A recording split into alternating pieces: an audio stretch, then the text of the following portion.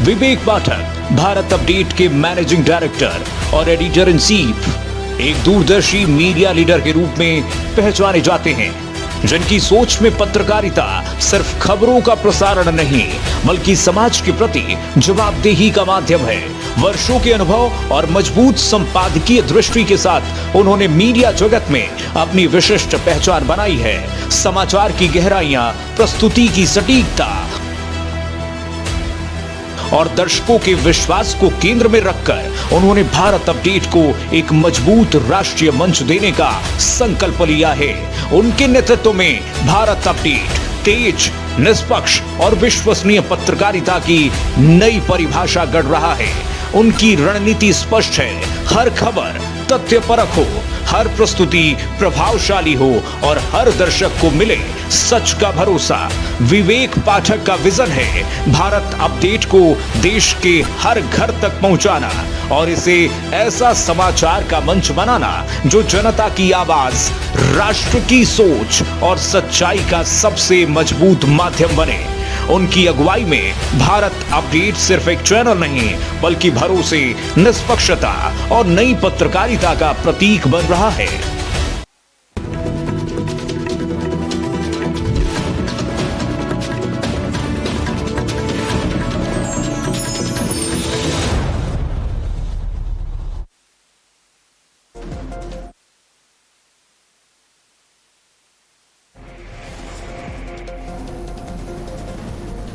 CM योगी ने लखनऊ को दी बड़ी सौगात, 413 करोड़ की परियोजना का हुआ लोकार्पण और शिलान्यास।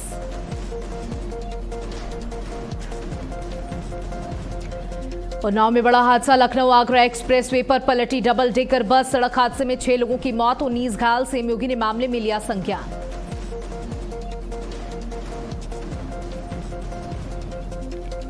सीएम धामी का दिल्ली दौरा, केंद्रीय कृषि मंत्री शिवराज सिंह की पुस्तक विमोचन कार्यक्रम में हुए शामिल।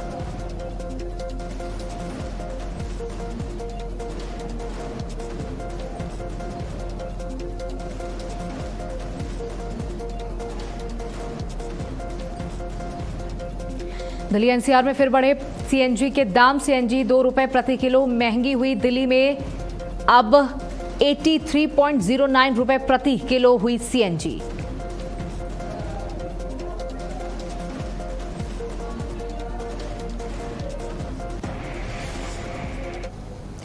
नमस्कार, आप देख रहे हैं भारत अपडेट और मैं हूं आपके साथ सौम्या अवस्थी।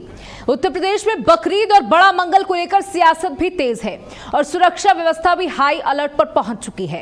राजधानी लखनऊ में मुख्यमंत्री योगी आदित्यनाथ ने वरिष्ठ अधिकारियों के साथ कानून व्यवस्था की बड़ी समीक्षा बैठक की, जहां साफ निर्देश दिए गए कि त्योहारों के दौरान किसी भी तरह की लापरवाही बर्दाश्त नहीं होगी।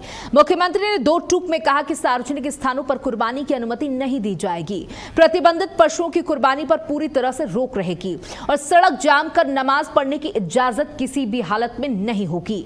प्रशासन को निर्देश दिए गए हैं कि धार्मिक आयोजन केवल परंपरागत स्थानों पर ही कराए जाएं।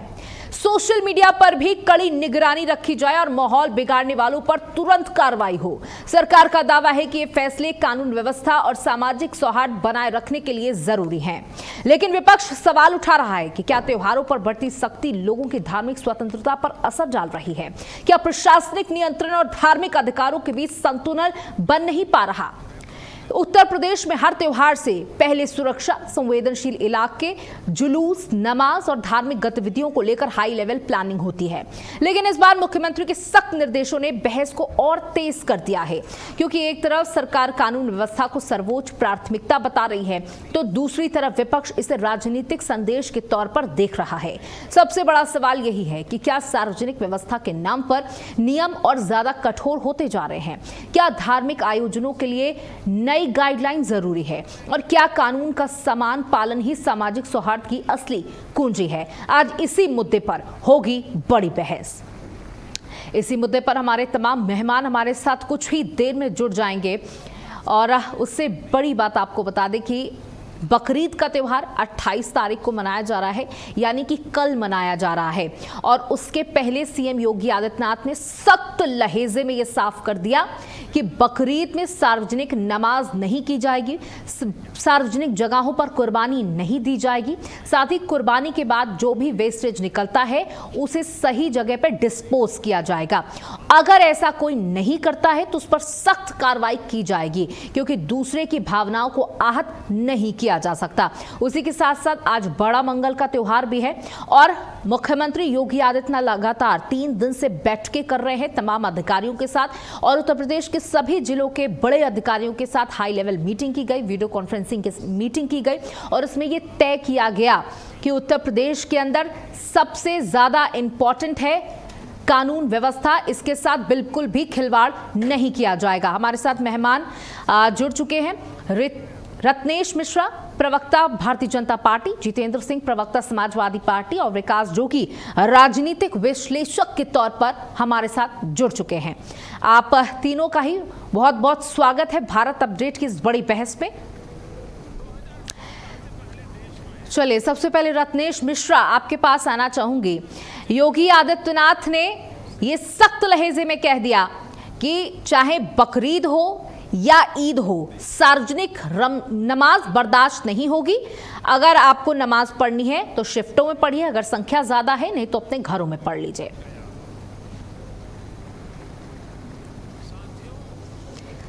अनम्यूट कर ले, आपकी आवाज नहीं पहुंच रही है।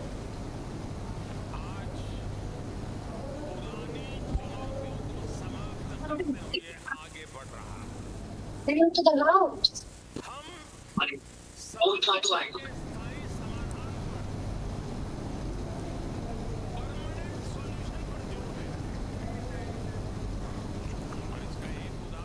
तो सीएम योगी का साफ संदेश, लापरवाही बर्दाश्त नहीं होगी, सड़क पर नमाज नहीं होगी, किसी प्रकार के जुलूस नहीं निकाले जाएंगे, आपसी सौहार्द बनाकर ही त्योहार को मनाया जा सकेगा। बकरीद और बड़ा मंगल हिंदू और मुस्लिमों के बड़े त्योहारों में से एक है और बड़े ही हर्षोल्लास के साथ आज बड़ा मंगल मनाया जा रहा है। योगी आदित्यनाथ ने साफ तौर पर कह दिया है कि त्योहार मनाने की कोई मनाही नहीं है, लेकिन त्योहारों को सलीके से मनाना होगा।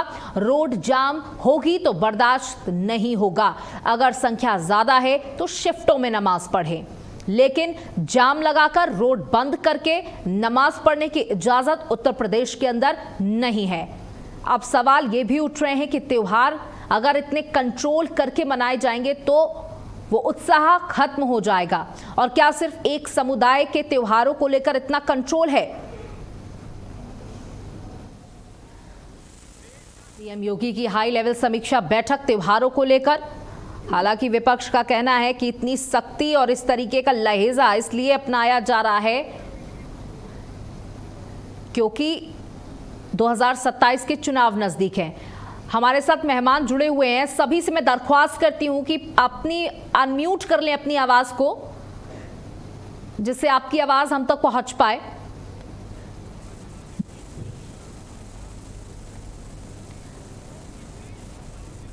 रत्नेश मिश्रा सुन पा रहे हैं आप?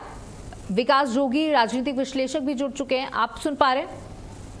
जी चलिए विकास जी, आपसे शुरुआत कर लेते हैं। ये जो योगी आदित्यनाथ मुख्यमंत्री हैं उत्तर प्रदेश के और उन्होंने साफ तौर पर कह दिया है कि सड़कों पर नमाज बर्दाश्त नहीं होगी। हालांकि विपक्ष का कहना है कि सिर्फ जब मेरी आवाज जा रही है? समुदाय, जी सबकी आवाज आ रही है। रत्नेश जी आप भी एक बार बोल दें जिससे हम डिबेट प्रॉपरली शुरू कर पाए। सोनिया जी आपकी आवाज सर ब्रेक हो रही है। जितेंद्र जी भी जुड़े हुए हैं, एक बार वो भी। जितेंद्र जी सुन पा रहे हैं आप? हाँ जी, आप सुन पा रही हैं मुझे मैम? हाँ जी। रत्नेश जी आप अपनी आवाज थोड़ी चेक कर ले, बाकी हमारे दोनों गेस्टों की हमें आवाज आ रही है। विकास जोगी, मुख्यमंत्री का आदेश है, इसे कैसे देखते हैं?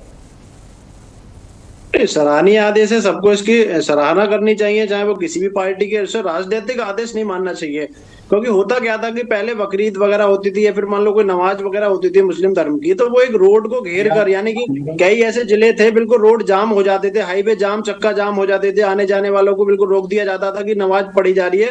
मतलब वो नमाज नहीं थी, मुझे लगता था कि शायद शक्ति प्रदर्शन होता था उस दौरान। तो उस चीज को लेकर इसमें कोई ज्यादा हो हल्ला वाला विषय नहीं है, कोई ऐसा राजनीतिक टॉपिक भी नहीं है।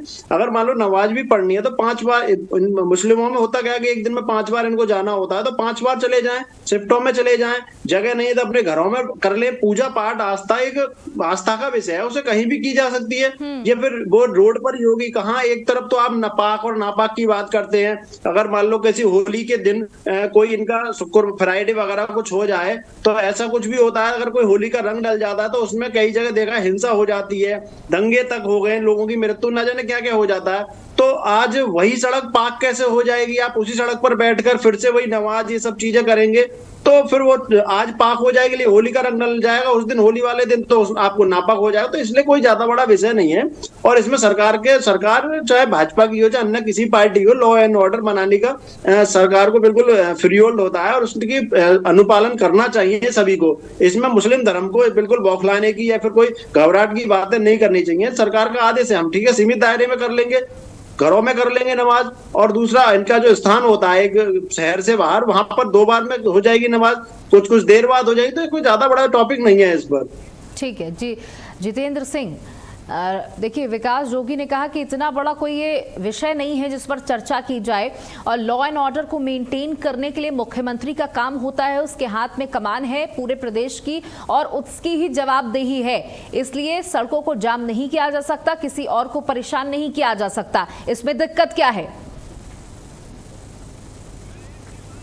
हाँ जी, पहले तो सभी को समाजवादी परिवार की तरफ से प्यार भरी नमस्कार और सभी पर्वों के लिए हार्दिक शुभकामनाएं। क्या मुझे सुन पा रही हैं? जी सुन पा रही हूँ सर। जी, तो सौम्या जी, सबसे पहली बात तो ये है कि जिस चीज पे आज डिबेट हो रही है, मुझे ये जानकारी चाहिए है कि वो कौन से ऐसे मुस्लिमों के धर्मगुरु हैं या कौन सी आवाम है जिसने ये मांग की है कि हमें रोडों पे नमाज करनी है। कौन सा ऐसा ग्रुप है, कौन सी ऐसी जथेबंदी है, कौन सा ऐसा वर्ग है जिसने रोडों पर निकल करके धरने किए हों या रोडों पर निकल करके वो आए हों कि हमें रोड पे नमाज करनी है। ये तो खाम खा की एक डिबेट बनाई जा रही है। देखिए, भारतीय जनता पार्टी आज मुद्दावहीन है, उसके पास करने धरने के लिए कुछ नहीं है। उसकी रोटियां सेकने की एक उसके पास जो एक ग्राउंड है वो केवल हिंदू मुस्लिम है, तो उसको जबरदस्ती इस चीज को गुजरना है कि रोडों पे नमाज। अरे तो रोडों पे नमाज कौन कर रहा है? देखिए, आपको बता देता हूँ, भारत में या उत्तर प्रदेश में कहीं पर भी अगर कोई प्रोग्राम किया जाता है तो उसका एक विधि विधान है, शासन प्रशासन से परमिशन ली जाती है।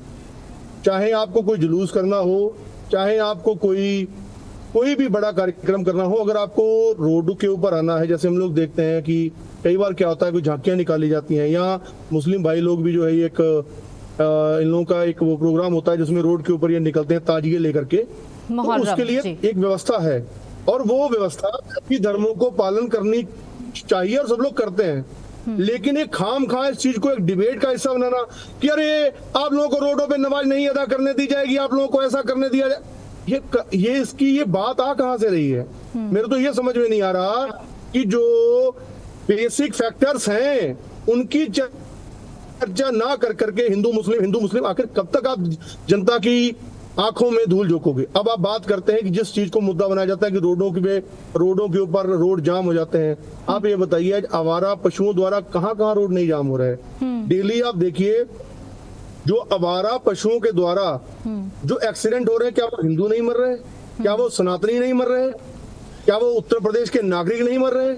आपको अगर इतनी ही चिंता है तो आपने वो जो गाय माता है वो आवारा स्थिति में आपकी रोडों पे क्यों घूम रही है? क्या कभी कोई माँ जो है वो आवारा रोडों पे छोड़ी जाती है? वो गाय आवारा जो पशु हैं, जो उनको कौन अपनी माँ को कौन रोडों पे आवारा छोड़ रहा है? उसके बारे में आप क्या कर रहे हैं? दूसरी बात, एक आपको प्रमुख बात बताना चाहता हूं, अगर योगी जी सनातन की बात करते हैं, सनातन से इतना लगाव है, सनातन से इतना प्यार है, तो कम से कम आप कानून बनाइए जो भी हमारे देवी देवताओं की वेशभूषा धारण करके, कभी आपने देखा होगा झांकियां निकलती हैं, शिवजी महाराज की वेशभूषा धारण कर लेते हैं, राम जी की वेशभूषा धारण कर लेते हैं और उसके बाद ठुमके लगाते हैं, अपमान करते हैं, सिगरेटें पे। आप तमाम ऐसे सोशल मीडिया पे देखते हैं, क्या उनके खिलाफ कानून नहीं होना चाहिए? क्या देवी देवता केवल एक धर्म के हैं, वो हमारे लिए पूजने नहीं है? उनका अपमान उत्तर प्रदेश कब तक सहेगा? आपको सनातन की इतनी अगर फिक्र है, आपको हिंदू मत की इतनी फिक्र है तो उन जो देवी देवताओं के तमाम तरीके से जो, ठीक है आप श्रद्धा भावना में उनका रूप धारण कर लिया, ठीक है आपने फिल्म में, लेकिन कहीं ना कहीं उनका अपमान तो ना करिए, चलिए ठीक है। सम्मानजनक है। रत्नेश मिश्रा भारतीय जनता पार्टी से हमारे साथ जुड़े हुए हैं, उनसे जवाब ले लेते हैं। देखिए तमाम आरोप लगाए हैं आप पर जितेंद्र सिंह जी ने कि नमाज पढ़ी कहां जा रही है सड़कों पर, इसका प्रोपोगेंडा बनाने की जरूरत क्या है, कौन नमाज सड़कों पर पढ़ रहा है, मस्जिदों में नमाज पढ़ी जा रही है। तो बार बार इस चीज को कहना, और देखिए विपक्ष का भी ये आरोप है, और साथ ही साथ जो मुस्लिम धर्म गुरु हैं, तमाम लोग हैं, उनका कहना है कि मुख्यमंत्री का ये लहजा नहीं है।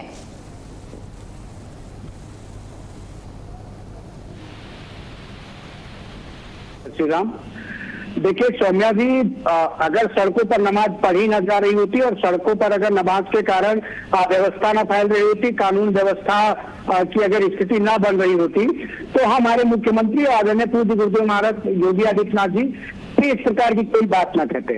और ये कौन कह रहा है कि सड़कों पर नमाज नहीं पढ़ी जा रही थी? सौम्या जी, आज से 10 साल पीछे चले जाइए, सड़कों पर इसी जहां आपका टीवी चैनल का ऑफिस है ना, इसी नोएडा को नमाज के नाम पे जाम कर दिया जाता था। लखनऊ में तमाम सारे डायवर्जन होते थे और नमाज कहाँ नहीं पढ़ी जा रही है। और हमने इतना ही तो कहा भाई कि आप सिस्टम में, तो समाजवादी पार्टी की सरकार थी सर। मैडम आपने समाजवादी पार्टी को 5 मिनट बोलने दिया है। मैं आपको रोक नहीं रही हूँ, मैं बस आपको टोक रही हूँ। 2.5 मिनट तो मुझे अनइंटरेस्टेड। ठीक है, आप बोलिए। ठीक है, अभी आप इंटरप्ट करेंगे, कुछ देर बाद अभी समाजवादी पार्टी शुरू हो जाएगी। चलिए बोलिए। तो मैं फिर से सीधे वहीं से बात करूंगा कि पूज्य गुरुदेव महाराज योगी आदित्यनाथ जी महाराज के लिए उत्तर प्रदेश में कानून व्यवस्था बनाए रखना सबसे महत्वपूर्ण है। उत्तर प्रदेश के किसी भी नागरिक को किसी भी धार्मिक आयोजन, किसी भी जुलूस, किसी भी क्या कहते हैं पूजा पाठ की पद्धति के कारण कभी कोई समस्या नहीं होनी चाहिए। और हम कह रहे हैं कि आपकी मस्जिदें हैं, नमाज पढ़िए वहां, हम सड़कों पर आपको नमाज नहीं पढ़ने देंगे, एकदम क्लियर है। इसमें कोई भी लिपापोती वाली बात गुरुदेव महाराज योगी आदित्यनाथ जी नहीं करेंगे और वो नहीं करते हैं। इसीलिए उत्तर प्रदेश की जनता उनको लगातार चुनाव जिता रही है और उनके चेहरे पर विश्वास जता रही है। और ये आगे भी होता रहेगा, जब तक भारतीय जनता पार्टी की सरकार रहेगी तब तक हम किसी भी प्रकार का तुष्टीकरण नहीं होने देंगे। किसी भी जाति धर्म वर्ग के विशेष के लोगों को केवल एक जाति धर्म या वर्ग विशेष से होने के कारण कोई भी विशेषाधिकार नहीं देने वाले, क्योंकि संविधान किसी को विशेषाधिकार नहीं देता है। और अभी जो समाजवादी पार्टी के जो प्रवक्ता है वो कह रहे थे कि तमाम सारे पशु आवारा घूमते हैं, तो अगर ये मुसलमानों की तुलना आवारा पशुओं से कर रहे हैं तो ये इनकी मानसिकता है। हम मुसलमानों की तुलना आवारा पशुओं से नहीं करते, हम मुसलमानों को पशुओं की तरह नहीं मानते। आवारा पशुओं की एक अलग स्थिति है, मुसलमानों की एक अलग स्थिति है। लेकिन समाजवादी पार्टी के प्रवक्ता की दृष्टि में आवारा पशु और मुसलमान एक है, उन्होंने तुलना करके बता दिया। और जो कह रहे थे कि सनातन का सम्मान करते हैं, सनातन के प्रति इतना प्रेम, अरे भाई है, खुल के कह रहे हैं हमारा सनातन के प्रति सम्मान है, हमारा सनातन के प्रति प्रेम है। और हमारा सनातन के प्रति सम्मान और प्रेम ही है कि हमने अयोध्या को दिव्य और भव्य बनाया है। हमने हिंदुओं के 500 साल के संघर्ष को फलीभूत कराया, प्रभु श्री राम का रामलला का भव्य दिव्य। सर वो बात तो ठीक है, लेकिन एक मुख्यमंत्री के लिए तो सभी बराबर है ना रत्नेश मिश्रा, मुख्यमंत्री के लिए तो सब बराबर है। अब विपक्ष ये भी कह रहा है और मुस्लिम समुदाय ये भी कह रहा है कि फिर हिंदुओं के भी तो कई ऐसे त्योहार हैं जिस पर बड़ी संख्या में वो निकलते हैं, कांवड़ यात्रा का वो जिक्र कर रहे हैं। तो क्या सिर्फ ये एक समुदाय के लिए ये सख्ती है या सभी के लिए सख्ती है? सभी के लिए है। माननीय मुख्यमंत्री जी की दृष्टि में सभी एक समान है, इसीलिए तो किसी को विशेषाधिकार नहीं दिया जा रहा है। सोनिया जी, आप सभी को एक मानेंगे तभी तो किसी को कोई भी अव्यवस्था फैलाने का अधिकार नहीं देंगे ना। ठीक है। और क्या समाजवादी पार्टी नहीं, समाजवादी पार्टी जिस प्रकार से हिंदुओं के त्योहारों पर पाबंदी लगाती थी, जिस प्रकार से हिंदुओं के भजनों पर और गीतों पर पाबंदी लगाती थी, उसी प्रकार चाहती की लगाए। नहीं, हम नहीं लगाएंगे। हम हिंदुओं को उनकी आस्था पर कोई पाबंदी नहीं लगाएंगे। आपने लगाई थी, इसीलिए दोबारा सत्ता में लौट कर नहीं आए। आपने लगाई थी ना, आपको तो कोई मुस्लिमों से प्रेम था, आपको तो केवल मुस्लिमों का दिक्कत है त्योहार और क्या कहते हैं लॉ एंड ऑर्डर चाहते हैं। मतलब भारतीय जनता पार्टी सिर्फ लॉ एंड ऑर्डर पर बात करती है। सौम्या जी आपको बताऊं, आर्मी में पढ़ता था मैं, तब मैंने देखा है कि बकरीद और ईद पे पूरे दिन लाइट होती थी और जब हिंदुओं का होली और दिवाली होता तो लाइट गायब हो जाती थी, नहीं रहती थी। आपने भी इसको झेला होगा, आपके यहाँ भी यही स्थिति रही होगी। तो सच्चाई नहीं बदलने वाली है। और कानून व्यवस्था को लेकर अगर आप सवाल कर रही हैं, तो हमारी कानून व्यवस्था समाजवादी पार्टी की कानून व्यवस्था से बिल्कुल अलग है। हमारी कानून व्यवस्था में अपराधियों को एलिमिनेट किया जाता है, हमारी कानून व्यवस्था में माफिया का शासन खत्म किया जाता है, हमारी कानून व्यवस्था में माफिया को कानून की भाषा, कानून के डंडे से सही रास्ते पर और सही समय का दिखाया जाता है। इनकी तरह हमारी कानून व्यवस्था में एसपी मुकुल त्रिपाठी की दिन दहाड़े हत्या नहीं होती, हमारी कानून व्यवस्था में डीएसपी जियाउल हक की दिन दहाड़े हत्या नहीं होती, हमारी कानून व्यवस्था में कोई मंत्री किसी आईएएस आईपीएस को जो है वो किडनैप नहीं करता।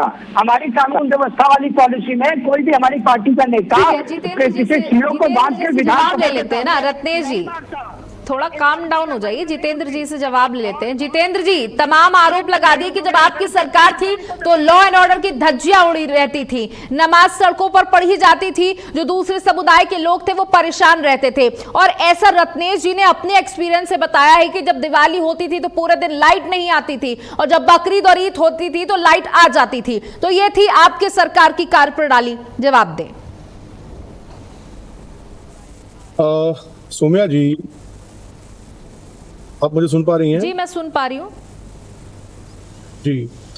देखिए, थोड़ा धैर्य रखिएगा और भारतीय जनता पार्टी के प्रवक्ता से भी बोलिएगा कि अब उन्होंने जो तमाम बातें की हैं तो उनका जवाब भी ले लें। भारतीय जनता पार्टी जब सत्ता में आई तो इनको बिजली जो उत्पादन है उसकी व्यवस्था करी कराई मिली। उत्तर प्रदेश के को अराजकता को रोकने के लिए जो बहुत बड़ी एक पहल, जो बहुत बड़ा एक योगदान था 100 नंबर का, वो इनको किया कराया मिला। उत्तर प्रदेश की स्वास्थ्य व्यवस्था को सुचारू रूप से आगे 2 कदम ले जाने के लिए जो 108 नंबर एम्बुलेंस थी वो इनको कराया मिला। दुर्भाग्यवश जनता इनकी बातों में आ करके, इनके छलावे में आ करके, और वो जो है सत्ता जो है परिवर्तन हो गया। तो वो जो समाजवादी पार्टी ने एक ढांचा, जो एक नींव और जो एक मकान, जो एक बिल्डिंग खड़ी की थी, उसके नाम पर इन्होंने पहले 5 साल खूब वाहवाही बटोर ली। आप इनसे पूछिए कि उत्तर प्रदेश में भारतीय जनता पार्टी ने कितने हाइड्रो पावर प्लांट लगाए, कितने पावर प्लांट लगाए, बिजली के उत्पादन की क्षमता को कितना बढ़ाया। उसके बाद आज समय की तब्दीली हुई, रिन्यूएबल सोर्सेज ऑफ एनर्जीज की तरफ एक प्रदेश में बहुत बड़ी क्रांति आई। लोग बहुत बड़ी मात्रा में सूर्य प्लांट, जो सोलर ऊर्जा के जो छोटी छोटी यूनिट्स है उन्होंने घर में एस्टेब्लिश कर ली। उसके बावजूद भी ये आज प्रदेश के अंदर सुचारू रूप से बिजली की सप्लाई नहीं कर पा रहे हैं। आज अगर समाजवादी की पार्टी की सरकार होती तो मैं आपको वायदे के साथ कह सकता हूं, जो आज ये जर्जर लाइनें हैं, जो आज ये आप देखते हैं, आंधी हवा की शुरुआत नहीं होती और लाइट ठप कर दी जाती, आइडल से बता दिया जाता है कि सर आंधी चल रही है। आज अगर समाजवादी की पार्टी की सरकार होती तो अब तक पूरे प्रदेश के अंदर हम लोग ग्राउंडेड इलेक्ट्रिसिटी की जो सप्लाई की व्यवस्था है, जो जमीन के अंदर से तारों की व्यवस्था हम लोग कर चुके होते। ये थी एक बात आपको जो मैंने बतानी चाहिए व्यवस्था के बारे में। भारतीय जनता पार्टी ने समाजवादी पार्टी के किए हुए कार्यों को नाम बदल करके 5 साल 6 साल तो अपनी वाहवाही लूट ली। अब जनता पूछ रही है कि भाई अब डिमांड और बड़ी है, अब आपके पास बिजली सप्लाई की क्या व्यवस्था है? इनके पास कुछ नहीं है हिंदू मुस्लिम के अलावा। लोग इनसे पूछ रहे हैं। देखिए, आप पहले मैंने आपसे कहा था कि जब मैंने बातें, जो मैंने प्रमुख बातें इन्होंने की, मैंने आराम से सुनी, तो आप इनसे बोलिएगा कि बीच में इंटरप्ट ना करें, अपने समय का उपयोग करें और जनता को गुमराह करें। जी, आप बोलिए, वो नहीं इंटरप्ट कर रहे हैं जी। उसके बाद भारतीय जनता पार्टी के पास शिक्षा के क्षेत्र में, चिकित्सा के क्षेत्र में कुछ भी इन्होंने नहीं किया। हाँ, ये है कि इन्होंने उनमें अपनी अपनी फोटो छाप ली, जैसे यूरिया के कट्टों पे मोदी जी ने अपनी तस्वीर छाप ली। तो ये प्रचार प्रसार के माध्यम से खूब साल टिक लिए। अब इनके पास करने धरने को कुछ नहीं है। अरे ये आप सेम ऐसे समझिए कि एक जगह भंडारा चल रहा था, तो भंडारे में जो खाने की व्यवस्था थी वो किसी ने, एक ने पानी भर के लाया, एक भंडारे के लिए बर्तन इकट्ठे करके लाया, एक सब्जी काट करके लाया, उन्होंने बर्तन बांटना, लंगर तैयार कर लिया, खाना तैयार कर लिया, भंडारा जब चालू होना था तो दुर्भाग्यवश ये आगे आ गए। अब वो बना बनाया खाना इन्होंने 5-10 साल खूब जनता को बटोरा, बांटा और अपनी वाहवाही कर ली। अब जब शाम के खाने की बारी आई तो ना तो इनके पास भोजन की व्यवस्था है, ना इनके पास ईंधन की व्यवस्था है, आप मुझे भी इतना ना इनके पास बोलने का मौका कपड़ों की व्यवस्था है, इनके पास करने धरने को कुछ नहीं है। तो इनको फिर से याद आ गया कि हिंदू अलग कतार में खड़े हो जाओ। मुझे थोड़ा सा मौका दीजिए। इन्होंने बताया कि समाजवादी पार्टी की सरकार होगी तो क्या क्या होता है, तो मैं भी थोड़ा बता दूं। तो इनके पास, मैं आपको फिर वही बात बता रहा हूँ, इनके पास करने धरने को जब कुछ नहीं होता तो इनको हिंदू मुस्लिम की बात याद आती है। चलिए विकास जोगी, देखिए समाजवादी भारत पार्टी के ये आरोप लगा रही है कि नागरिक जब हैं। काम नहीं है, विकास नहीं है दिखाने के लिए, जनता के पास जाने के लिए, तो हिंदू मुसलमान करने के लिए चल दिए। वहीं रत्नेश जी का साफ तौर पर कहना है कि पिछली सरकारों में हिंदुओं को प्रताड़ित किया गया, इसलिए हमारी सरकार में उन्हें प्रोत्साहन दिया जा रहा है और फिर भी हम बराबर के साथ काम करते हैं। ना हमारे लिए कोई हिंदू है, ना हमारे लिए कोई मुस्लिम है, हमारे लिए सब एक समान है, कानून व्यवस्था सर्वोपरि। विकास जोगी। सौम्या जी, आज डिबेट का मुझे लग रहा है दोनों प्रवक्ता भाई मुद्दे को से भटक गए हैं और वो समझ नहीं रहे आज डिबेट हमारी किस टॉपिक पर है। डिबेट का हमारा टॉपिक है सड़क पर नमाज नहीं होगी। अभी जितेंद्र जी को मैंने सुना, जितेंद्र जी ने सड़क पर नमाज नहीं होने को ना तो उन्होंने उसका पक्ष लिया ना विपक्ष लिया, सिर्फ उन्होंने घुमा के मुद्दा सीधे लेकर आ गए कि हिंदू धर्म के देवी देवता सड़क पर घूमते हैं, नाचते हैं और ना जाने तरह तरीके ठुमके बुमके ना ऐसी अभद्र भाषा का प्रयोग किया जो शायद मुझे लगता है कि हिंदू होने के नाते अपने धार्मिक देवी देवताओं के लिए नहीं बोलना चाहिए। दूसरा कि अगर जैसे कि अन्य अन्य पार्टी, जितेंद्र जी पेशेंस रखिए प्लीज, है ना, हमने आपको सुना, आप भी हमारी सुनिए, है ना, आप भी सुनिए, मिश्रा जी आप भी सुनिए कि जिस तरीके से अन्य अन्य राजनीतिक पार्टी हिंदू धर्म के लिए अपशब्द बोलेंगे, उनके देवी देवताओं के लिए बोल दिया जाएगा। कुंभ के लिए भी कुछ पार्टी के बड़े शीर्ष नेतृत्व ने बोला था कि वो मौत का कुंभ, ऐसे तरह तरह की बातें बोली थी, कुंभ से क्या गरीबी आएगी जाएगी, ना जाने क्या क्या बोला। लेकिन कभी क्या किसी ने मुस्लिम धर्म के लिए बोला है कि ऐसा आखिर क्या होता है, एक दीवार के सामने सब लोग सर झुकाए खड़े रहते हैं घुटने के बल पर खड़े होने से क्या क्या इनको अल्लाह मिल जाएगा। और रहा इसका कावड़ यात्रा अगर हिंदुस्तान में नहीं होगी तो पाकिस्तान के कराची में तो कावड़ यात्रा नहीं होगी। और मैं आपको एक और मैं आंकड़े बता दूं जितेंद्र जी, आंकड़े हम बताएं तुमको, ये जो आप बोल रहे थे ना कि कावड़ नमाज को लेकर जो अभी आप तारीफ कर रहे थे लॉ एंड ऑर्डर की, जब जब नमाज शुक्रवार की हुई है प्रदेश में तब तब हिंसा हुई है। चाहे कहीं भी देख लो, किसी भी मामले में नूपुर शर्मा जी ने कोई गलत नहीं बोला था, उनके बयान के बाद में वो शुक्रवार का दिन ही था जब ये उन्मादी लोग इकट्ठे होकर इन्होंने सड़कों पर तांडव किया था। और यही एक बरेली के अंदर जो तौकीर मौलाना रजा जो थे, उन्होंने भी शुक्रवार का दिन ही चुना था इसे एक आक्रमण करने के लिए, पूरे देश में बरेली को जलाने के लिए। और इसमें मैं पक्षपात नहीं करूंगा, लेकिन ये बात बिल्कुल सच्ची है, अगर प्रदेश के अंदर सरकार कोई अन्य पार्टी की होती तो मुझे लगता है बरेली के साथ साथ कई जिले चलाए जाते। और दूसरा बात करते हैं आप लॉ एंड ऑर्डर की, आपके संभल के अंदर देखिए, संभल में जिस तरीके से धार्मिक स्थल निकाले जा रहे हैं, कुछ तथाकथित नेताओं ने जिस पर अतिक्रमण कर लिया उसको तोड़ कर जो निकाले जा रहे हैं, अगर सरकार दूसरी होती तो पहले तो सरकार हिम्मत ही नहीं कर पाती, और अगर हिम्मत भी कर पाती तो ना जाने कितने हिंदुओं के साथ नरसंहार होता। और आप वो जो बात करते हैं कि बिल्कुल लॉ एंड ऑर्डर की, लॉ एंड ऑर्डर कहाँ लॉ एंड ऑर्डर था? अतीक अहमद उनका क्या जलजला था प्रयाग के अंदर, मुख्तार अंसारी का क्या जलजला था? आप बात करते हैं कानून व्यवस्था की, इलाहाबाद यूनिवर्सिटी के अंदर शिक्षा का इतना व्याप्त इतनी बह था उस अतीक अहमद का, उस इलाहाबाद यूनिवर्सिटी, अगर उसके किसी गुर्गे के साथ अगर कोई अध्यापक भी बदतमीजी कर देता था तो अतीक और अतीक के गुंडे आकर उस यूनिवर्सिटी की क्लास में आकर उससे बदतमीजी करते थे। मुझे लगता है कि शायद आप लोगों ने अभी ढंग ठीक से जो है समाजवादी पार्टी या अन्य अन्य पार्टियों का शासन देखा नहीं होगा। जितेंद्र जी, ठीक है जितेंद्र जी, फटाफट कमेंट किए, उसके बाद मैं रत्नेश मिश्रा के पास जाऊंगी। रत्नेश जी, रत्नेश जी धैर्य रखिए, आपको पूरा समय दिया जाएगा, पूरा सुनिए मेरी बात सुनिए, पूरा समय दिया जाएगा, लेकिन यहाँ विकास जोगी ने जो सवाल उठाए वो जितेंद्र जी जवाब देंगे। जितेंद्र जी, नहीं मैं जितेंद्र सिंह के जवाब का जवाब देने के लिए समय मांग रहा हूँ। आप चली जा रही विकास जोगी जी के बाद, उसके बाद मेरी बारी आती है, मैं अपनी बात करूँ, उसके बाद उनके जो जवाब बारी बारी सबको मौका दे रही है, तो मेरी बारी में क्यों आप ओवरलैप कर रहे हैं भाई समाजवादी पार्टी को? जोगी जी ने सब बोल तो दिया है, थोड़ा धैर्य रखिए। नहीं भाई, जोगी जी के बोलने से क्या होता है? जोगी जी के बोलने से क्या होता है? मेरा जवाब मैं दूंगा तो फिर आप जोगी जी को ही दूंगा, नहीं तो मुझे क्यों बोल रहे हैं? इतने उत्तेजित क्यों हो रहे हैं? अभी 1 घंटे की पूरी डिबेट है, आपको पूरा समय मिलेगा। जितेंद्र जी फटाफट कमेंट। नहीं जी, तो मैम मेरी बात सुनिए। अब आपने देख लिया रखजप्ता कहाँ पे है, आप हमें देख सकती हैं। सौम्या जी, आपका सम्मान है, आपने फिर भी बहुत धैर्य रखा। और आपने देखिए, अभी हमारे साथी भाई एडवोकेट विकास जोगी जी जो हैं, उन्होंने बहुत अच्छे से बातें कुछ कही, उनका मैं धैर्यपूर्वक जवाब देना चाहूंगा। उन्होंने कहा कि आपने कहा देवी देवताओं के सम्मान की बात, तो मैंने प्रिय भाई, मैंने ये कहा कि देवी देवता सभी के लिए सम्माननीय हैं, उनका अपमान किसी भी कारणवश नहीं होना चाहिए। हम लोग भूल से चूक से कई बार क्या करते हैं, उनका वेशभूषा धारण कर लेते हैं। आपने ये देखा होगा, आप मुस्लिम समुदाय ऐसा नहीं करता, वो अपनी देवी, अपने ईष्ट को, जिसको भी वो मानते हैं, उसके लिए बहुत ही हिदायत में रहते हैं। तो क्या हम लोगों को या हिंदू मत को ये रहने की जरूरत नहीं है? आपने तमाम बार देखा होगा कि अपने पूजा आयोजनों में वो वेशभूषा धारण कर करके आपने देखा होगा डीजे पे नाच, क्या वो अपमान नहीं है?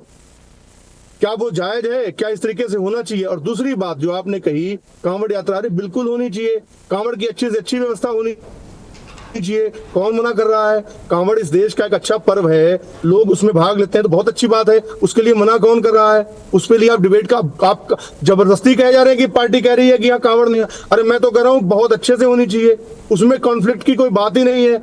और दूसरी बात जो आपने कहा कि नवाज, कोई भी प्रोग्राम जो होता है वो शासन प्रशासन की अनुमति से होता है। आप कहीं पे रोड पे कोई भी अगर आपको जुलूस निकालना है तो आपको शासन प्रशासन से परमिशन लेनी पड़ती है। हम लोग भारत के वासी हैं, हिंदू मुस्लिम सिख ईसाई आपस में सब भाई भाई, इसमें नफरती बीज पैदा करके हम लोग क्यों खाई पाटने की कोशिश करते हैं? हम लोगों को ऐसा क्यों लगता है कि जो केवल अतीक अहमद ही गुंडा था, चलिए अतीक अहमद आपने कहा वो तमाम गुंडे थे, वो स्कूलों में भर के चले जाते थे, ठीक है, आज वो नहीं रहे, तो क्या आज देश के अंदर जो तमाम पेपर लीक हो रहे हैं वो होने बंद हो गए? आज 1 नहीं 2 नहीं सैकड़ों नहीं हजार नहीं लाख नहीं करोड़ों युवाओं का जो उनका भविष्य था वो आज खतरे में डाल दिया। वो किन लोगों ने डाल दिया? सनातन, आप तो कहते हैं कि ये सनातन की फेवर की सरकार है, जिनको रोजगार मिलना था, जो आज रोजगार के लिए तरस रहे हैं, जो अपने भविष्य निर्माण के लिए तरस रहे हैं, क्या वो हिंदू यूपी के नागरिक नहीं है? क्या वो हिंदू नहीं है? आप उनका पेपर लीक हो रहा है, आप उसकी जांच नहीं करा सकते? आप जब से भारतीय जनता पार्टी सत्ता में आई है 80 से अधिक पेपर लीक हो चुके हैं, तो किनके भविष्य के ऊपर तलवार चल गई? क्या वो सनातनी नहीं? क्या वो हिंदू नहीं? भारतीय जनता पार्टी को केवल सनातन के नाम पे राजनीति करके वोट लेना है। अरे सनातन के लिए किया क्या है आपने? आज रोड पे गायें बेचारी मर रही है, क्या वो हमारी माता नहीं है? आज उनकी जर्जर स्थिति के लिए कौन जवाब देगा? विकास जोगी जी बताइए, जो दुर्घटनाएं हो रही हैं, चाहे उसमें जान जा रही है लोगों की या जान जा रही है गाय की, उसके लिए जिम्मेदार कौन है? विकास आपको रोड की इतनी फिक्र है तो उनके लिए आपने क्या व्यवस्था लागू की? विकास जोगी, आप सनातन की बात बताइए, सनातन के लिए आपने क्या किया? आप उनको रोजगार नहीं दे पा रहे, आप उनके पेपर लीक होने से नहीं बचा पा रहे, क्या करते हैं आप? आपने बात की कुंभ की, सनातन के जो एक शंकराचार्य जी हैं उनके साथ क्या अपमान हुआ? ये किसने किया? किसकी सत्ता है? बुटकों की चुटियां पकड़ी गई, ये किसने अपमान किया? क्या हुआ उसके खिलाफ? शर्मनाक तरीके से आप सत्ता में काबिज है, आप कम से कम माफी ही मांग लेते। उत्तर प्रदेश के अंदर जो सनातन का अपमान भारतीय जनता पार्टी की सत्ता आने के बाद जो हुआ है और जो हो रहा है, अरे मुझसे देखा नहीं जाता। गायों की जो जर्जर स्थिति आज रोड पे आप जाएंगे कहीं कटी है, कौन पालता है गायों को? बताइए, क्या मुस्लिम समुदाय गायों को? आप कहते हैं ठीक है, तो बताइए गाय को हमारा कौन छोड़ रहा है? वो कौन से वर्ग के लोग हैं? ठीक है विकास जोगी, देश में प्रदेश में विकास जोगी से आप सवाल कर रहे हैं, उनसे जरा पूछ लेते हैं, हालांकि वो राजनीतिक विश्लेषक के तौर पर यहाँ पर बैठे हुए हैं। विकास जोगी, नहीं, अभी जितेंद्र जी ने बोला कि जो शंकराचार्य जी की वाली घटना बताई थी वो घटना निंदनीय थी, वो सभी ने उस पर अपनी प्रतिक्रिया जाहिर की थी। लेकिन अगर देखा जाए तो शंकराचार्य जी के साथ जो कृत्य हुआ उसमें कहीं ना कहीं उससे पहले सपा सरकार में भी खूब लाठियां भाजी गई थी। ये बात देखिए देखिए ना, लाठियाबाजी यहाँ पे बात ये है शंकराचार्य जी के साथ हुआ तो कहा सनातन का अपमान हुआ तो घटना की आप बात करते हैं, जो आप माघ ये बात मेला की कबूल बात है। करते हैं ना, माघ मेला की आप बात कर रहे हैं, आप सुनिए पहले, पेशेंस रखिए आप, है ना, पेशेंस रखिए आपके जो है ना, एक तो वो मिश्रा जी भी गायब हो गए, है ना, भाजपा का पक्ष तो वही रख पाते, हम तो पक्ष नहीं रख पाएंगे भाजपा का, नहीं हम तो भाजपा का पक्ष नहीं रख पाएंगे, हम सीधी सीधी बात करेंगे टॉपिक की, जो आपकी होंगी आपकी होंगी, लेकिन सुनिए जितेंद्र जी, सपा सरकार में भी उनके साथ बहुत ज्यादा अत्याचार हुए थे, अखिलेश जी ने खुद सार्वजनिक जाके माफी मांगी और रहा इसका इसमें सुनो, इसमें जो है जो आप बात कर रहे हैं ना, शंकराचार्य जी के बाद में उनका विवाद बहुत हाईलाइट हुआ था, उस माघ मेला के बाद में कितना हाईलाइट हुआ था, अगर हाई प्रोफाइल महात्मा नहीं होते, हाई प्रोफाइल संत महात्मा नहीं होते ना, तो मुझे लगता है कि आज शायद वो भी आसाराम जी की तरह अंदर बाहर हो रहे होते। तो इन सब चीजों को ज्यादा गहराई में भी जाने की जरूरत नहीं है। विषय हमारा टॉपिक है क्या सड़क पर नमाज होनी चाहिए? नहीं, आप क्या कह रहे हैं? आप कहेंगे, आप कहना चाहेंगे कि सड़क पर नमाज होनी चाहिए, आप इसके पक्षधर हैं, समाजवादी इसके पक्षधर है, सड़क पर नमाज होनी चाहिए। अभी तक आपको ये बात का मेरा जवाब समझ नहीं आया, मैं आपको फिर बता देता हूँ। सड़क पर नमाज होनी चाहिए, आप मुझे बताओ, सड़क पर नमाज होनी चाहिए, आप पक्षधर हैं इस बात के, आप टॉपिक को बोल रहे हैं, नहीं आप टॉपिक को गोल घुमा रहे हैं, आप ये बताएं, आप नमाज सड़क पर होनी चाहिए नहीं होनी चाहिए, आप इतना बताएं बस। आप सुनिए तो भाई, पेशेंस तो रखिए, मैं आपको बता रहा हूं, कोई भी धार्मिक आयोजन या प्रयोजन अगर सरकार की, प्रशासन की परमिशन से होता है, चाहे वो किसी मैदान में हो या सड़क पे हो, अगर प्रॉपर एक प्रक्रिया के, एक संवैधानिक प्रक्रिया के अनुसार होता है तो ठीक है, अगर नहीं होता है तो नहीं होना चाहिए। भाई आप बात नहीं समझ रहे जितेंद्र जी, आप पर्टिकुलर एक बात बताओ, क्या फ्राइडे वाली नमाज सड़क पर होनी चाहिए या नहीं होनी चाहिए? क्या भारतीय जनता पार्टी के प्रवक्ता हैं, अगर प्रशासन से परमिशन ठीक है विकास जोगी, नहीं लिया तो वापस आपके पास आऊंगी। रत्नेश मिश्रा हमारे साथ जुड़ चुके हैं। बात ही नहीं है। रत्नेश मिश्रा, देखिए सर, थोड़ा सा पेशेंस रखिए, बारी आपकी भी आएगी। 1 घंटे की डिबेट है, आपको सबसे पहले मौका दिया था, सबसे पहले आपका नाम लिया था, इस तरीके से डिबेट से नहीं चले जाइए। रत्नेश मिश्रा,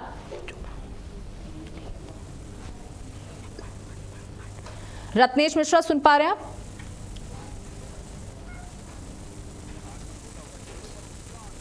नहीं, अब अगर आपका समाजवादी पार्टी के प्रति प्रेम खत्म हो गया हो तो मुझे भी समय दे दीजिए। सर, मेरा किसी के प्रति प्रेम नहीं है, मैं तो यहाँ पर आप लोगों से सवाल पूछने के लिए बैठी हूँ। तो भाजपा को भी समय देगी। ठीक है रत्नेश मिश्रा, बोलिए। भारतीय जनता पार्टी के ऊपर ठीक है रत्नेश मिश्रा।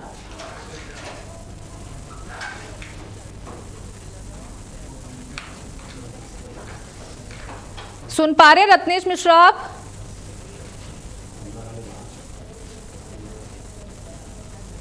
अभी सर आपकी आवाज नहीं पहुंच, रत्नेश मिश्रा आपकी आवाज, आपको आवाज आ रही है?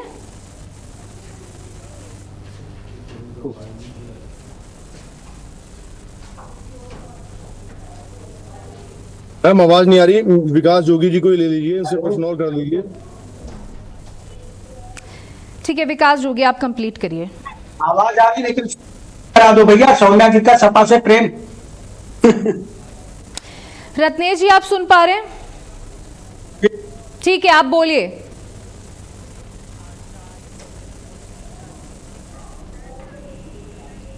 रत्नेश मिश्रा, आप जो कह रहे थे, जो आप बीच में अधूरी बात रह गई थी, उसे कंप्लीट करिए रत्नेश मिश्रा। समाजवादी पार्टी से प्रेम और लगाव अगर खत्म हो गया हो तो मुझे भी समय दे ही दीजिए। हो सकता है कि आपका समाजवादी पार्टी से किसी को लगाव था, या आपका जो समाजवादी पार्टी का पक्ष जानने का, आपको मुझे लगता है कि समाजवादी पार्टी को ही ज्यादा पक्ष चाहिए था, इस पे सत्ता का तो कोई पक्ष ही नहीं था। आपसे मैं 10 मिनट से समय मांगता रहा, आप बायस होकर पूरी डिबेट करा रही हैं।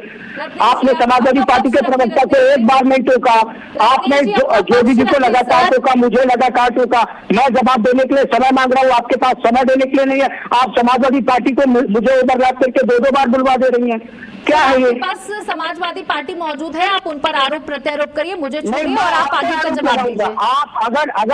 अगर आप बायस होकर काम करेंगी तो आप पे भी आरोप लगेगा, लोकतंत्र है, आप ऊपर नहीं है इससे, आप भी रसूल के मांगी। डिबेट पर आइए सर, कमेंट करिए, डिबेट पर आइए। नहीं, मुझे जो लगा वो मैंने बोला। ठीक है, आपने पूरी डिबेट को बायस होके किया है सर। अब आप आगे अपना पक्ष रखिए सर। हाँ तो प्लीज मुझे इंटरप्ट मत करिएगा। आप अपना पक्ष रखिए। अब नहीं, अब मैं वही पूछ रहा हूँ कि समाजवादी पार्टी से अगर आपको और कोई सवाल लेना हो तो ले लीजिए, 10-15 मिनट उनको और देना हो तो दे ही दीजिए। आप अपना पक्ष रखिए, दे दीजिए ना, 10-15 मिनट और दे दीजिए। अरे आप करिए, आराम से बात करिए, अब आपको 15 मिनट में दे रही हूँ, बोलिए। समाजवादी पार्टी के प्रवक्ता ने कहा कि अगर समाजवादी पार्टी की सरकार होती तो ये होता, वो होता, वो होता। अब मैं बता रहा हूं कि समाजवादी पार्टी की सरकार होती तो क्या होता। समाजवादी पार्टी की सरकार होती तो आपके चीफ एडिटर से मुख्तार अंसारी चैनल अच्छा चलने पर रंगदारी मांग रहा होता। समाजवादी पार्टी की अगर सरकार होती तो आप अगर अच्छा पैसा कमा रही होती तो आपको अतीक अहमद का गुर्दा किडनैप कर ले जाता और आप अपने आप को बचाने के लिए उसको पैसा दे रही होती। समाजवादी पार्टी की सरकार अगर होती तो कोई एसपी, डीएसपी और इंस्पेक्टर अगर किसी अपराधी के खिलाफ कार्रवाई करने जाता तो उसको जवाहर यादव जैसा अपराधी दिन दहाड़े दौड़ाकर गोली मार देता और उसके बाद कहता कि मैं अखिलेश यादव का पटीदार हूं, मेरा कुछ नहीं कर सकते तुम। समाजवादी पार्टी की सरकार अगर होती तो 28 तारीख जो आने वाली बकरीद है ना, उस पे सौम्या जी आप अपने ऑफिस नहीं जा पाती, रोड ब्लॉक होता और आपको कहा जाता कि डाइवर्जन दिया गया है तो जो रास्ता आप 1 किलोमीटर में तय करती उसको 15 किलोमीटर में आपको घूम के आना पड़ता। समाजवादी पार्टी की सरकार अगर होती तो किसी भी भर्ती परीक्षा में कहा जाता कि 10 lakh plus Shivpal equal to lekhpal. कोई भी भर्ती परीक्षा होती तो शिवपाल और अखिलेश यादव को कमीशन का पैसा जाता और उससे कम नियुक्तियां होती। समाजवादी पार्टी की सरकार होती तो मुस्लिमों का गुंडई और हर चीज त्योहार पर दंगा और क्या कहते हैं सांप्रदायिक दंगे करवाना वो हो रहा होता। 2017 के बाद आप बताइए कि कितनी बार रामनवमी पर दंगे हुए हैं, कितनी बार दुर्गा पूजा पे दंगे हुए हैं और 2012 से लेकर 17 तक कोई ऐसा त्योहार नहीं बीतता था जब समाजवादी पार्टी की सरकार में दंगे नहीं होते थे, जब समाजवादी पार्टी की सरकार में कोई भी अपराधी लोगों को प्रताड़ित नहीं करता था। इन्हीं की पार्टी की विधायक है पूजा पाल, उनके पति को दिन दहाड़े समाजवादी पार्टी की सरकार में गोलियों से भून दिया गया था। क्यों भून दिया गया था? क्योंकि उन्होंने इनके द्वारा पोषित एक माफिया के भाई को चुनाव में हरा दिया था। समाजवादी पार्टी की सरकार होती तो आप तमाम सारे पूजा पाल जैसे विधायकों के पतियों को इसलिए मार दिया जाता क्योंकि वो समाजवादी पार्टी के पोषित माफिया और गुंडों के खिलाफ चुनाव जीत कर आए होते। ये हो रहा होता समाजवादी पार्टी की सरकार अगर होती। समाजवादी पार्टी की सरकार अगर होती तो हिंदुओं की, सिखों की, जैनों की और बौद्धों की बहन बेटियों को उठाकर जबरदस्ती उनका धार्मिक क्या कहते हैं धर्मांतरण करवाकर और मुस्लिमों से उनके निकाह कराए जा रहे होते। ये होता अगर समाजवादी पार्टी की सरकार होती। सौम्या जी आपके घर की बच्चियां सहमे और डरी होकर निकलती है क्योंकि कोई भी आतताई और कोई भी जिहादी प्रकृति का व्यक्ति उनको दिन में रास्ते से उठा लेता, उनके साथ बलात्कार करता और उनका धर्मांतरण करवा देता अगर समाजवादी पार्टी की सरकार होती। ये सब इसलिए नहीं हो रहा है क्योंकि समाजवादी पार्टी की सरकार नहीं है, अब भारतीय जनता पार्टी की सरकार है और पूज्य गुरुदेव महंत योगी आदित्यनाथ जी जैसा एक सशक्त, मजबूत और बिना लाज लपेट कानून और संविधान को स्थापित करने वाला व्यक्ति उत्तर प्रदेश का मुख्यमंत्री है। और जो ये कह रहे थे कि सनातन का प्रेम, सनातन से हमारा प्रेम है, इसीलिए हमने राम मंदिर बनवाया दिव्य और भव्य। हमारा सनातन से प्रेम है, इसीलिए हमने ज्ञानवापी मस्जिद को ज्ञानवापी मंदिर डिक्लेयर किया और काशी विश्वनाथ कॉरिडोर बनाया ताकि हमारे हिंदू धर्म के मानने वाले सनातनी भक्तों को सीधे गंगा जी से स्नान करके नीचे और जाके बाबा विश्वनाथ के दर्शन कर लें। अगर समाजवादी पार्टी को सनातन से प्रेम है तो जितेंद्र सिंह मंडी जी जाके कहे अखिलेश यादव से कि जिन श्री कृष्ण को स्वयं का वंशज बताते हैं, जिन वो कहते हैं कि वो कृष्ण के वंशज है, उन्हीं की जन्मभूमि किस जन्मभूमि पर आज भी मस्जिद बनी हुई है और वो गुलामी में जी रहे हैं। समाजवादी पार्टी के नेता और राष्ट्रीय अध्यक्ष कब कहेंगे कि उनकी सरकार बनेगी तो वो कृष्ण जन्मभूमि को मुक्त कराएंगे। ये भी हमने ही किया है और आगे भी करेंगे। हम प्रत्येक हिंदू धार्मिक आस्था और उनके केंद्रों को जिनको आतताइयों ने लूटा है, जिनको तोड़ा गया है, उनको वापस लेंगे क्योंकि ये लॉ एंड ऑर्डर का मुद्दा नहीं है, ये किसी भी कानून और शासन का मुद्दा नहीं है, ये हमारे अधिकारों का मुद्दा है और हम उसे वापस लेकर रहेंगे। और समाजवादी पार्टी की सरकार अगर इतनी अच्छी होती तो एक फैक्ट और आपको बताता हूँ सौम्या जी, 1980 के दशक के बाद पहली बार ऐसा हुआ है कि कोई मुख्यमंत्री 5 साल मुख्यमंत्री रहने के बाद रिपीट हुआ है उत्तर प्रदेश में। ना तो अखिलेश यादव रिपीट हो पाए, ना मायावती रिपीट हो पाई, और ना मुलायम सिंह यादव रिपीट हो पाए। अगर कोई 1980 के बाद उत्तर प्रदेश में एक कार्यकाल के बाद दोबारा रिपीट हुआ तो आदरणीय गुरुदेव पूज्यमान योगी आदित्यनाथ जी महाराज है। समाजवादी पार्टी के लोगों को उत्तर प्रदेश की जनता ने सिरे से नकारा है, और कुछ दिन बाद ऐसे ही और सुनिए, इनके जैसे लोग जो इसी प्रकार का तुष्टीकरण की बात करते हैं, इन्हीं लोगों के कारण समाजवादी पार्टी सत्ता से बाहर गई थी और अब आगे भी लौट के नहीं आने वाली। ठीक है, जितेंद्र सिंह जी। ये सबसे पहले तो सौम्या जी, मुझे हंसी आ रही है उस हताशा, उस निराशा की जो भी आपने देखी कि किस तरीके से रत्नेश मिश्रा जी बेचारे बौखलाहट से भरे हुए डिबेट बीच में छोड़ के गए, चलो फिर वापस आए। तो भारतीय जनता पार्टी की जो पोटली में जो 10-5 बातें हैं, जो हिंदू मुस्लिम में नफरत पैदा करने वाली बातें हैं, वो उनको सभी प्रवक्ताओं को शायद ये निर्देश दिया जाता है कि आपको कहीं भी डिबेट में जाना है तो आपको ये बातें करनी है जिसके अंदर जो भारतीय भाईचारा है वो उसमें कैसे फूट हो, उसमें कैसे उन्माद फैले, कैसे उसमें घृणा फैले, तो वो उनको अपनी जो बातें पूरी करनी चाहिए एक भाषण में पूरी कर लें। 2012 से 2017 तक आपने किस प्रकार मजाक बनाया, आपने किस प्रकार हिंदुओं को पूरा भाषण इन्होंने दे लिया, पूरा भाषण इन्होंने दे लिया, अब तो चुप होकर बैठ जाएं। 2017 के बाद हिंदू एकजुट हुआ, 2014 के बाद हिंदू एकजुट हुआ, और वो लगातार समाजवादी पार्टी और कांग्रेस पार्टी और हिंदू विरोधी और सनातन विरोधी पार्टियों पर सर्जिकल स्ट्राइक कर रहा है। 2014 का दादा हुआ हिंदू इतना जाग गया है कि ना तो अभी मैं आपको उदाहरण दे दूं, अभी सनातन को मिटाने की बात करने वाले एम.के. स्टालिन जो तमिलनाडु के मुख्यमंत्री हैं, उनको सनातनियों ने नहीं पक्का, वो अपनी से चुनाव में हार गए। सनातन के खिलाफ बोलने वाले और सनातन धर्म को कमजोर करने वाले लोगों से भारत की सनातनी जनता अब नहीं बख्शने वाली है, और भारत का कोई भी सनातनी व्यक्ति अपने धर्म के खिलाफ, अपने आराध्यों के खिलाफ कोई भी टिप्पणी अब नहीं सुनेगा।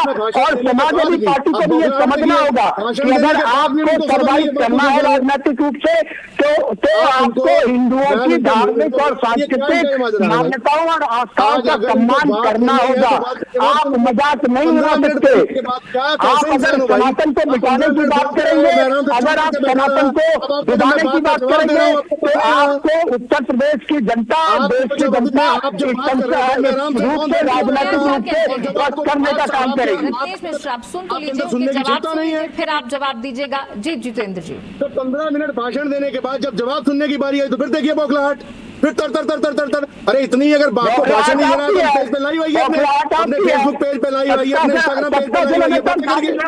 अखिलेश यादव मुख्यमंत्री नहीं बनेंगे, करनी है तो उसका जवाब सुनिए। आपने जितनी बातें की उनका जवाब सुनिए। 17 करोड़ जो हिंदू है उत्तर प्रदेश का, वो एक मुश्त होकर योगी जी को वोट करता है। आपके पास आवाज आ रही है? नहीं बनेंगे अखिलेश यादव मुख्यमंत्री। मिश्रा जी, आप थोड़ा धैर्य रखिए, उन्हें सौम्या जी क्या मुझे नहीं बनेंगे अखिलेश यादव मुख्यमंत्री है। ठीक है, वो तो बात की बात है। देखिए, जनता तय करेगी ना कि कौन मुख्यमंत्री बनेगा, कौन नहीं बनेगा। लेकिन इस डिबेट में 3 लोग बैठे हैं, एक दूसरे को सुनना पड़ेगा ना आप लोगों को। चुनाव जीत कर मुलायम सिंह के नाम पे जी आप बोलिए जितेंद्र जी। रत्नेश मिश्रा, सर आपको पूरा समय मिला ना, अब आप थोड़ा सा धैर्य रखें। अब उत्तर प्रदेश की जनता केवल एक योगी आदित्यनाथ के नाम पे और माननीय प्रधानमंत्री नरेंद्र मोदी जी के नाम पे वोट करती है। ठीक है रत्नेश मिश्रा, और आतंकी मानसिकता वाली पार्टी, दूसरे को भी तो समय दीजिए सर। मानसिकता वाले लोगों पर से मुकदमे हटाने वाली पार्टी को वोट नहीं करती उत्तर प्रदेश की जनता। सर आपको फिर से आपके पास आएंगे, आप ये सारी बातें बोलिएगा। अब किसी दूसरे का वक्त है, प्लीज उसे बोलने दे। जितेंद्र जी 30 सेकंड में अपनी बात कहें, फिर मैं विकास जोगी के पास जाऊंगी। जी मैम, देखिए मैम 30 सेकंड में अगर आपको मेरे जवाब लेना तो मैं नहीं दूंगा जवाब। आपने चलिए आप अपना समय लें और जवाब दें। हाँ, पहली बात, अभी आपने देखा कि क्या अनुशासन क्या है, वो अभी आपके जो चैनल के माध्यम से जनता आराम से देख लेगी कि डिसिप्लिन नाम की क्या चीज होती है और उसको साथी प्रवक्ता ने कैसे दर्शाया। सबसे पहली बात, अगर आप बात कोई करते हैं तो उसका जवाब सुनने के लिए धैर्य होना चाहिए। और दूसरी बात, अगर आपको भाषण ही देना है, नफरती बातें ही करनी है, तो अपने आपके उसके लिए तमाम माध्यम हैं, सोशल मीडिया के तमाम माध्यम हैं। हिंदू मुस्लिम में खाई पाटने की नाकाम कोशिश करनी है, करते रहिए। जब से सत्ता में सरकार आई है यही कोशिश कर रही है, और इस कोशिश में नाकामयाब हुई है, नाकामयाब होगी, नाकामयाब थी, लेकिन नाकाम कोशिश इनकी जारी है। उत्तर प्रदेश की जनता, भारत की जनता इनके भारतीय जनता पार्टी का कवरारा जवाब देगी। और दूसरी बात, हिंदू मुस्लिम जो सिख ईसाई है वो आपस में भाई भाई है, ये तमाम कोशिश करने। आज इन्होंने देश का बेड़ा कर करके रख दिया। ये विश्व गुरु होने की बात करते थे, आज इनको अमेरिका बता रहा है तुम्हें किससे डीजल लेना है किससे नहीं लेना। ये विकास जोगी के पास जाऊंगी, जितेंद्र सिंह जी, ठीक है, विकास जोगी के पास जाऊंगी, लेकिन मेरा भी जितेंद्र जी आपसे एक सवाल है। जितेंद्र जी, मेरा भी एक सवाल है। देखिए, नमाज को लेकर आज हम डिबेट कर रहे हैं कि मुख्यमंत्री ये कहते हैं कि लॉ एंड ऑर्डर को मेंटेन करना है, इसलिए सड़कों पर नमाज नहीं पढ़ेंगे। मैं आपसे पूछना चाहती हूं, अगर 2027 में समाजवादी पार्टी की सरकार आती है तो क्या आप इस तरीके से खुले में नमाज पढ़ने की इजाजत देंगे?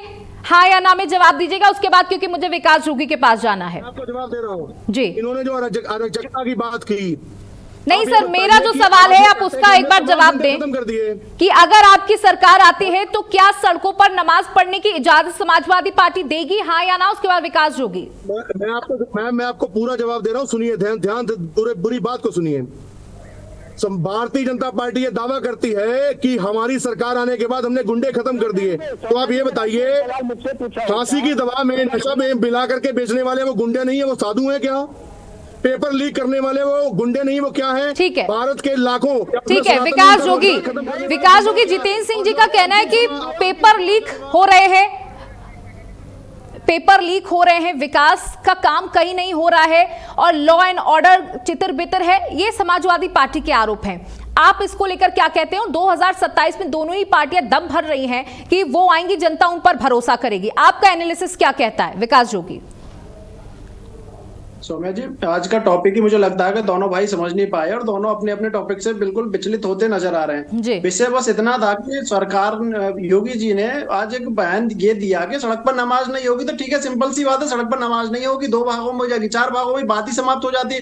लेकिन इस पर अपनी अपनी चीज है कि ऐसा नहीं होगा, वैसे नहीं होगा। देखा, उनका जितेंद्र जी का भी ये था मानना कि अगर सरकार समाजवादी पार्टी की आएगी तो नमाज भी होगी, बड़े आसानी से होगी, सड़क पे भी होगी, खुले में भी होगी, जहां उनका मन होगा वहां पर नमाज होगी, कोई रोक टोक वाली बात नहीं होगी। फिर से एक विशेष धर्म का अधिकार होगा। आज जितेंद्र जी जो इतना तेज तेज चीख कर आवाज बोल रहे हैं इस न्यूज चैनल के माध्यम से, कुछ देखना, अगर गलती से भी समाजवादी पार्टी की सरकार आती है तो चैनल पर बैठने वाले भी कुछ विशेष धर्म के लोग होंगे और वही सब माहौल बनाया जाएगा, वही सब लोगों का राज होगा।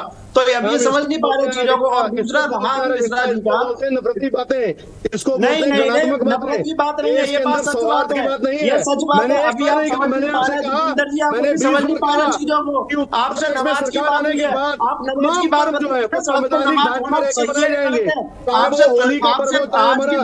टॉपिक हमारा दिवाली का पर्व हो, ठीक है, ये नहीं है, ये नहीं देखा जाएगा कि वो हिंदू का त्योहार है, लेकर आ गए। समाजवादी पार्टी की सरकार में रोकी गई थी, अयोध्या के अंदर 24 कोष की यात्रा समाजवादी पार्टी में रोकी गई थी। आइए, वही समाजवादी पार्टी की सरकार है जो हिंदुओं के गोलीबारी करती है और मुस्लिमों के नाम पर इनके दही जमाती है। चाहे किसी तरह किसी जाति का। समाजवादी पार्टी के सांसदों ने संसद के अंदर चीख चीख कर एक बात बोली थी कि अगर जो इसमें हिंदू मुस्लिम महिलाओं को क्या लाभ है, उसके मुंह आपके सांसदों के मुंह से एक शब्द ये नहीं निकला था कि विशेष करके पर्टिकुलर महिलाओं के क्या लाभ होंगे। जो आरक्षण बिल पर चर्चा हुई थी लोकसभा में, शायद आप सुन नहीं पाए थे। हिंदू मुस्लिम कम से कम कभी बेरोजगारी की बात भी कर लीजिए, मुस्लिम वाला विषय,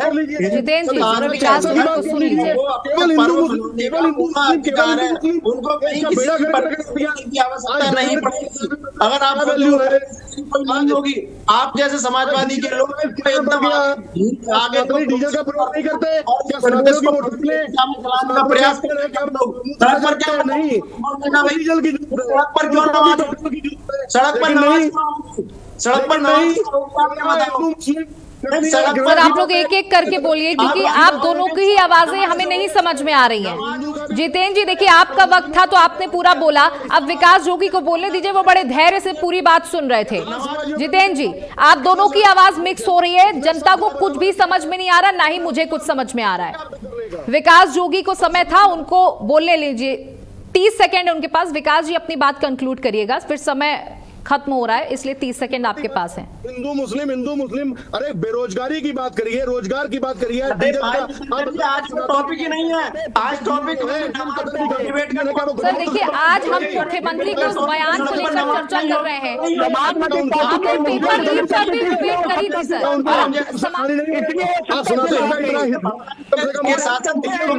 रोड पर लाना चाहते हो। ठीक है, आखिरी कमेंट रत्नेश मिश्रा। जवाब तो तुम चले केवल आप बात कर रही है, आपको हिंदू की बात कर रही है, ख्याल नहीं। ठीक है विकास जोगी, ठीक है, हमने आपकी बात समझ ली। जितेंद्र जी प्लीज, आखिरी कमेंट में रत्नेश मिश्रा से ले रही हूँ, उसके बाद हम। ठीक है जितेंद्र जी, ये आप हिंदू की बात करते हैं। ठीक है, आप दोनों लोग का समय पूरा हो चुका है। रत्नेश मिश्रा आखिरी कमेंट। देखिए सौम्या जी आपने समाजवादी पार्टी के प्रवक्ता से एक सवाल पूछा कि अगर उनकी सरकार आएगी तो क्या वो नमाज खुले सड़कों पर होने देंगे। उनके पास जवाब नहीं था, लेकिन अगर आपने मुझसे ये सवाल पूछा होता तो मैं खुल के कहता कि हम अपनी भारतीय जनता पार्टी की सरकार में खुले में नमाज नहीं होने देंगे, सड़कों पर नमाज नहीं होने देंगे, और डंके की चोट पे कह रहे हैं कि नहीं होने देंगे। समाजवादी पार्टी के नेताओं का, समाजवादी पार्टी के राष्ट्रीय अध्यक्ष का दोगलापन यही है कि उनको मुस्लिमों का वोट तो चाहिए, लेकिन वो मुस्लिमों के लिए भी खुलकर खड़े नहीं हो पा रहे हैं। जब से इनके होशोहवास साफ देख सकते हैं हो चुका है, तो केवल समाजवादी पार्टी को है, क्योंकि जिस प्रकार से इन्होंने हिंदुओं को अपनी पीडीए के तहत भागने की कोशिश की है, उसको एक्सपोज कर रहा है लगातार उत्तर प्रदेश का हिंदू। और इनकी बौखलाहट देखिए, ना ये विकास जोगी जी के बारे में बीच में चुप रहे, ना मेरे बीच में चुप रहे। इसी तरह फड़फड़ाओगे, इसी तरह चिल्लाओगे। न 2017 में सत्ता में आए थे, न 22 में सत्ता में आए थे, और न 27 में आ पाओगे। हिंदू मुस्लिम सिख ईसाई देश में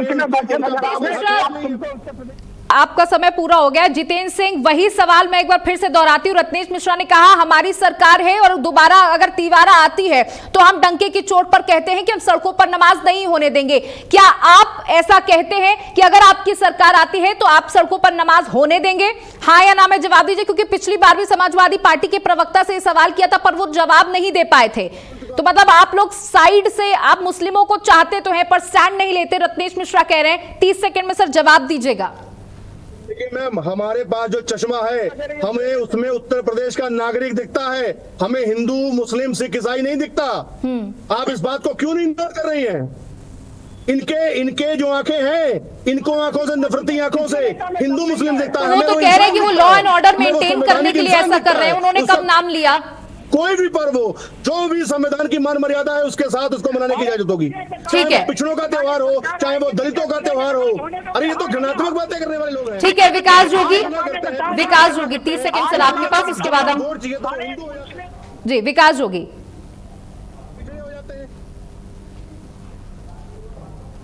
विकास जी सुन पा रहे? वाले लोग हैं, ना हिंदू से प्यार है, ना सनातन से प्यार। विकास जोगी आप हमें सुन पा रहे हैं? राजनीति चमकाने से प्यार है, अपनी वोट बैंक की राजनीति से प्यार है। आज गायों की दुर्दशा चलिए करने के लिए इनके पास कुछ नहीं।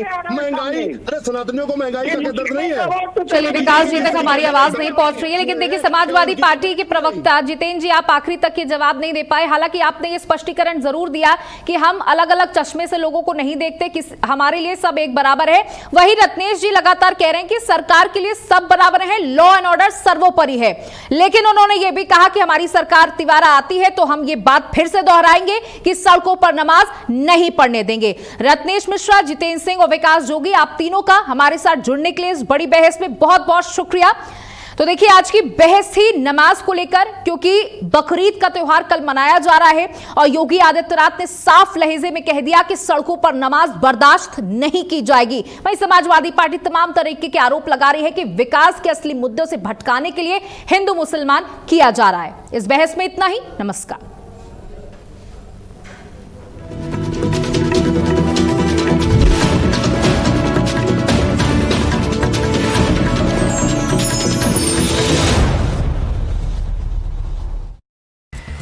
समाचार जगत में सफलता सिर्फ खबरों से नहीं बल्कि मजबूत संचालन और दूरदर्शी नेतृत्व से बनती है। दामिनी महौर, भारत अपडेट की डायरेक्टर न्यूज ऑपरेशंस, जो हर दिन चैनल की रफ्तार को नई दिशा देती हैं। न्यूज ऑपरेशंस की हर बारीकी पर उनकी गहरी पकड़ और निर्णयों में उनकी सटीकता भारत अपडेट को विश्वसनीयता की नई ऊंचाइयों तक ले जा रही हैं।